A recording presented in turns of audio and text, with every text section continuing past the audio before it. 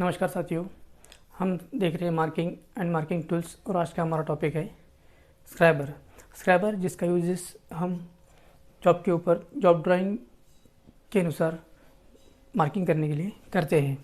स्क्रैबर जो कि इस तरह से दिखने में होता है, जिसमें एक पॉइंट होता है और जिसको ग्राइंडिंग किया होता है ताकि हम जो लाइनें खींचे स्क्रैबर से वो हमें अच्छे से क्लियरली दिखाई दे। साथ ही में जो स्क्रैबर की जो बॉडी टाइप होता है, बॉडी उसके ऊपर में नर्लिंग की जाती है ताकि जब हम स्क्रैबर का यूज़ कर रहे होते हैं तब वो हाथ से फिसले ना। उसके बाद में जब हम स्क्रैबर का यूज़ कर रहे होते हैं तब हमें जस्ट लाइक पेंसिल का जैसे हम यूज़ करते हैं उसी तरह हमें स्क्रैबर का यूज़ करना होता है।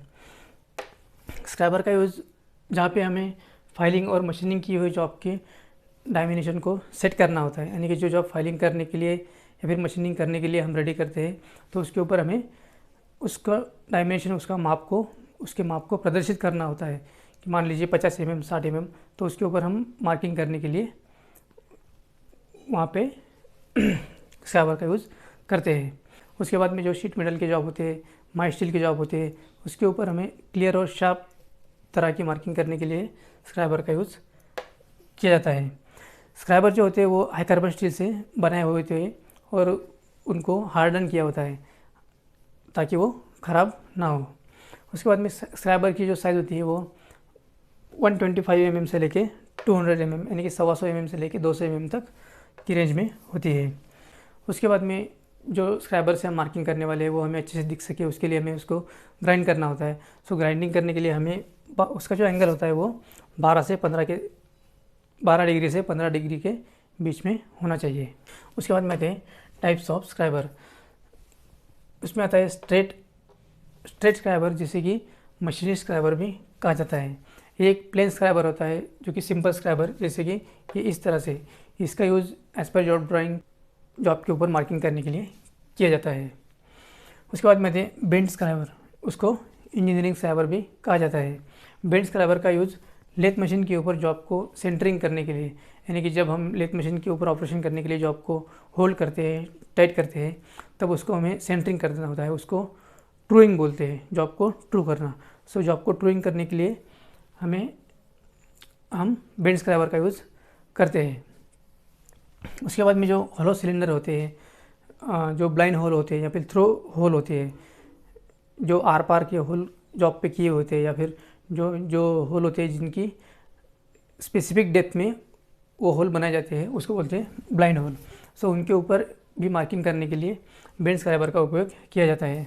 साथ ही में जो स्क्रैबिंग ब्लॉक जिसको मार्किंग ब्लॉक कहा जाता है, सरफेस गेज भी कहा जाता है, उसके साथ में जॉब के ऊपर मार्किंग करने के लिए बेंड स्क्रैबर का यूज़ किया जाता है। उसके बाद में आते हैं एडजस्टेबल स्क्रैबर।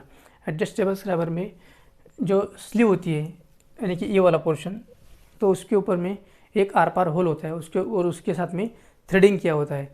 तो जब हम स्क्रैबर का यूज़ कर रहे होते हैं तब हमें स्क्रैबर उस होल में इंसर्ट करना होता है और एज़ पर रिक्वायर्ड जितनी हमें स्क्रैबर की साइज़ जितनी लेंथ हमें चाहिए उस लेंथ के हिसाब से हम उसको एडजस्ट कर सकते हैं। सो इसीलिए उसको एडजस्टेबल स्क्रैबर कहा जाता है। नंबर 4 पे आते हैं ऑफसेट स्क्रैबर, जिसको कि नाइफ एज स्क्रैबर भी कहा जाता है।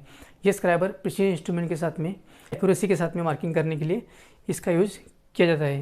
ये जो स्क्रैबर होते हैं ये वर्नियर हाइट गेज के साथ में यूज़ किया जाता है। इसमें ऑफसेट स्क्रैबर जो कि इस तरह से होता है और साथ ही में स्ट्रेट स्क्रैबर जो कि इस तरह से होता है। उसके बाद में आते हैं प्रिकॉशंस कि स्क्रैबर का यूज़ करते समय हमें किन चीज़ों का ध्यान रखना चाहिए।